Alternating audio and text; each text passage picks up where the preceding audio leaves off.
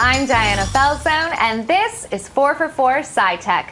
The Centcom hack has caused the military to worry about their cybersecurity. James, what's the latest? Well, it's another day, another embarrassing cybersecurity incident. We saw the US Central Command's Twitter and YouTube accounts were briefly taken over by a group claiming to be ISIS this week.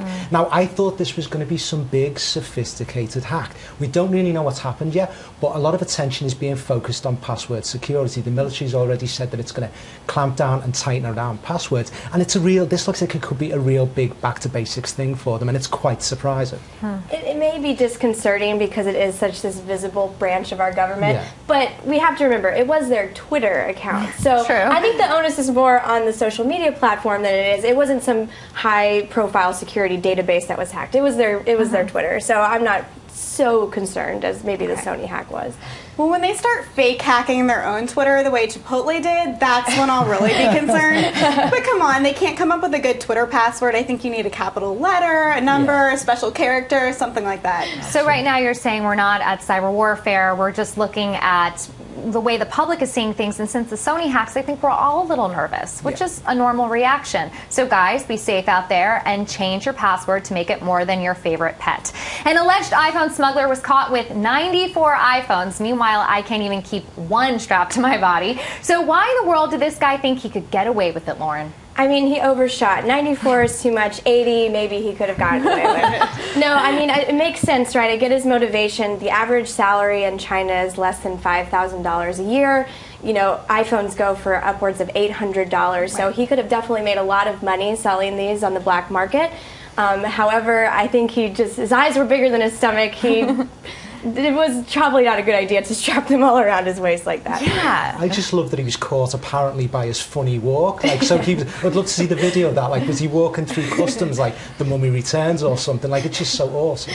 We'll talk about wearable tech, but were they real iPhones or were they knockoffs? Because this is China we're talking about here. And I hear that iPhones aren't even popular in China. They're all into those Xiaomi phones, so he was hoarding the wrong device. Well, if he was crossing over here, of course that would make a lot of sense. But it was also, when you think about going through airport security, you can't even bring one phone in. So this was poorly thought out plan. The SpaceX rocket landing was not totally successful, but Elon Musk says it's still very promising. Is Musk right, Katie?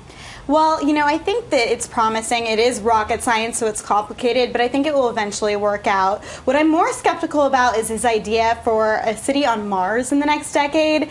Definitely not optimistic about it, but there are some people I would like to send there.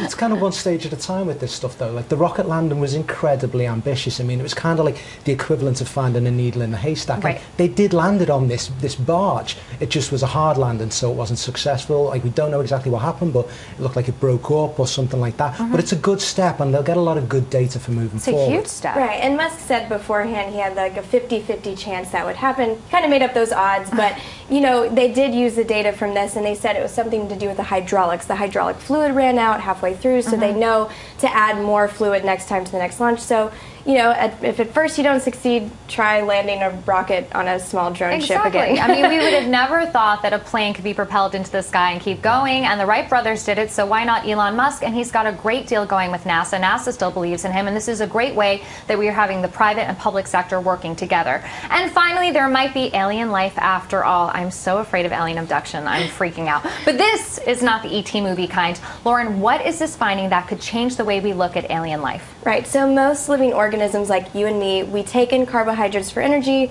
we breathe oxygen. This new kind of bacteria that Nielsen has discovered, they eat and they breathe electricity directly. So it kind of opens up a new definition for what makes a living organism. And if they don't need oxygen to breathe, it's possible that these bacteria could be found on Mars. And it's a really exciting discovery, and it opens up a whole lot of opportunities.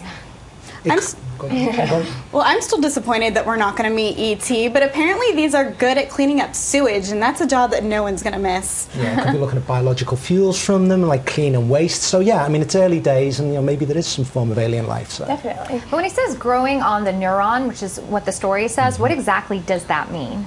I mean, it just means that they have these little nanowires, and they reach out and they can actually take in electrons from the surrounding environment, so they can breathe minerals and rocks and stuff like that. It's very cool research, and they actually don't know much about it just yet, but we're learning a lot more from their lab. Talking about being space pioneers. Now you know what we think. Tell us what you think on Twitter with the hashtag 444 SciTech.